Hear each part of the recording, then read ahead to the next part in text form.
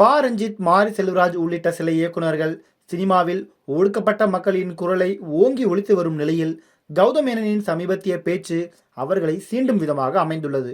Cinema ஒரு art form என்றும், அதில் வெறும் கமர்ஷியல் குப்பைகளை மட்டும் கொட்டாமல், மக்களுக்கு பகுத்தறிவையும் எளிய மக்களின் வேதனைகளையும் எடுத்துச் சொல்லும் படங்களையும் சில இயக்குனர்கள் இயக்கி வெற்றியடைந்து வருகின்றனர்.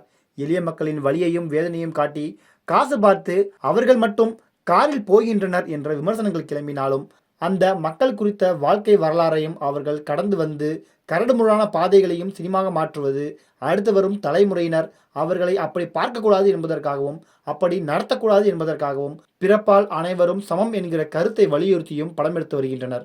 ஒரு சில இயக்குநர்கள் காதல் படங்களை எடுப்பதில் வல்லவர்கள். ஒரு சிலர் காமெடி படங்களையும், ஒரு சிலர் கருத்துள்ள படங்களையும் எடுத்து வருகின்றனர்.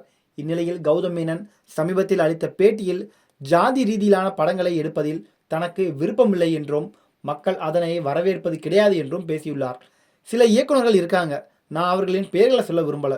ஜாதியத்தையும் பிரிவினைவாதத்தையும் வைத்து அவர்கள் படம் எடுத்து வருகின்றனர். ஆனால் அவர்களால் அதனை நிகழ்கால சினிமாவாக எடுக்க முடியாது. பல சிக்கல்கள் வரும். அதனால்தான் அவர்கள் 80களிலும் 90களிலும் இப்படி நசுக்கினார்கள், பிதிக்கினார்கள் என்பது போல படம் எடுத்து வருகின்றனர். ஆனால் மக்கள் அதை பெரும்பாலும் விரும்புவதில்லை.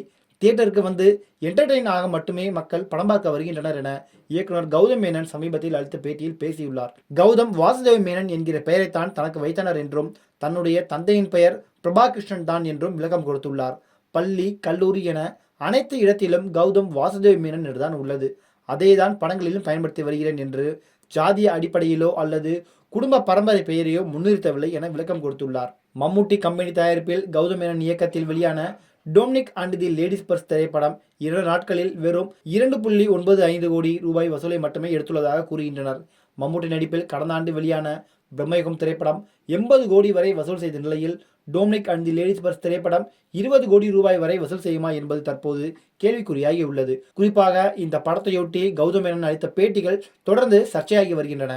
முதலில் சூர்யா துருவ நட்சத்திரம் படத்தில் அவர் நடித்திருக்க வேண்டும், அவர் என்னிடம் கதையை பற்றி கேட்டிருக்க கூடாது, ரெஃபரன்ஸ் கேட்டிருக்க கூடாது என பேசி சர்ச்சையை ஏற்படுத்தியிருந்தார். பிறகு என்னை நோக்கி பாயும் தோட்டா திரைப்படத்தை நான் இயக்கவில்லை, அதை யார் இயக்கினார்கள் என்பது அவர் பேசியிருந்தார்.